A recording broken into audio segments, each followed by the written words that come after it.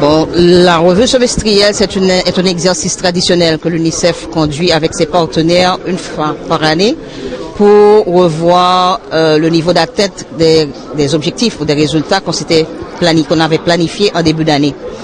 Donc cette fois-ci, à Ziguinchor, c'est la première fois qu'on tient cette rencontre à Ziguinchor. Généralement, elle a lieu dans la région de Kolda, puisque Kolda, Sédhiou sont les deux régions de concentration des interventions de l'UNICEF dans le cadre de la coopération que nous avons avec le gouvernement du Sénégal pour la période 2012-2016. Donc une fois par année, enfin 2 fois par année, à la mi-année et à la fin de l'année, donc les plans de travail annuels sont revus pour identifier le niveau d'atteinte des résultats, les contraintes, les goulots d'étranglement et pour définir les priorités pour la période à venir. Donc c'est ça l'objet de la rencontre d'aujourd'hui qui a lieu à Ziguinchor. Vous avez toujours ajouté certaines questions sur lesquelles vous attendez en tout cas des actions concrètes. Oui. Ouais, de nouveau contexte où il y a beaucoup de maladies comme le Ebola. Exactement. Bon, il y a des questions stratégiques qui doivent être auxquelles on doit apporter une réponse pour nous permettre de réfléchir sur la pertinence de notre coopération avec le gouvernement du Sénégal pour la région de la Casamance. Particulièrement, j'ai mentionné dans mon discours quelques questions clés, comme la pertinence des stratégies de vaccination des enfants, la pertinence des programmes de prévention de la transmission de la mère à l'enfant du VIH-Sida, la pertinence aussi de nos actions en eau, assainissement, hygiène dans le cadre de la prévention des maladies diarrhéiques et des épidémies comme la fièvre Ebola, tant d'autres questions stratégiques qui sont d'importance pour la coopération. Donc, de la mesure où on obtiendra des idées nouvelles, des réponses adéquates à ces questions, cela nous permettra d'alimenter aussi la réflexion qu'on va conduire en fin d'année pour la revue à mi-parcours de la coopération 2012-2016 et nous permet d'identifier de nouvelles pistes d'intervention pour faire en sorte que la coopération atteigne les objectifs fixés et les résultats qui étaient attendus de cette coopération. Est-ce que l'UNICEF est déjà satisfait de ce qui est en train d'être fait? Bon, on n'a pas encore commencé les débats.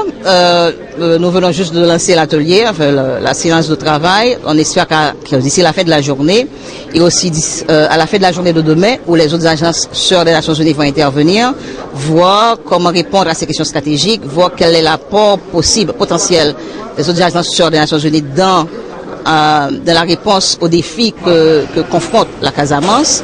Et tout ça sera utilisé, toutes ces réponses seront utilisées dans la réflexion à mi-parcours sur la réorientation de la coopération pour faire en sorte que cette coopération réponde aux besoins de la Casamance, réponde aux priorités du gouvernement pour la région. L'éducation et la santé sont des points stratégiques au niveau de la région. Oui. Sur ces deux activités bien précises, est-ce que pour avoir une idée de ce que l'UNICEF a effectivement fait?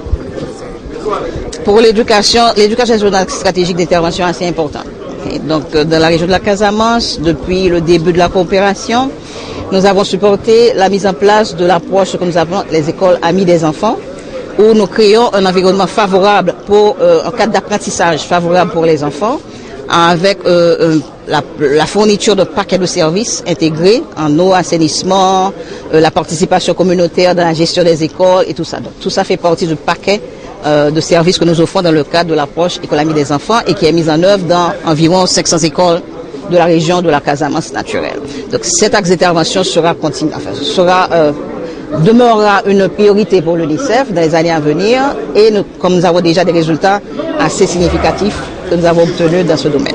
Ça c'est pour l'éducation. Pour la santé, tout ce qui a trait à la santé de la mère et de l'enfant, le contrôle de la malaria, toutes les maladies qui sont les causes majeures de mortalité infantile sont adressées dans le cadre du programme de la santé. Bon, nous ne disons pas un programme de santé, un programme de survie et de développement de l'enfant, parce qu'il y a des interventions en santé, en nutrition, en eau et assainissement. Donc c'est un paquet de services que nous offrons dans le cadre de ce programme pour assurer la survie réelle de l'enfant et le développement de l'enfant.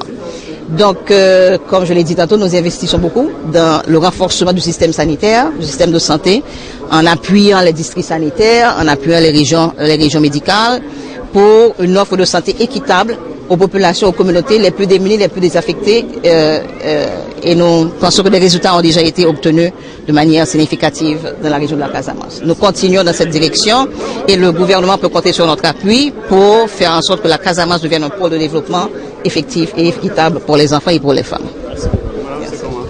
Edel Thébault. Je suis Madame Edel Thébault. Inspecteur.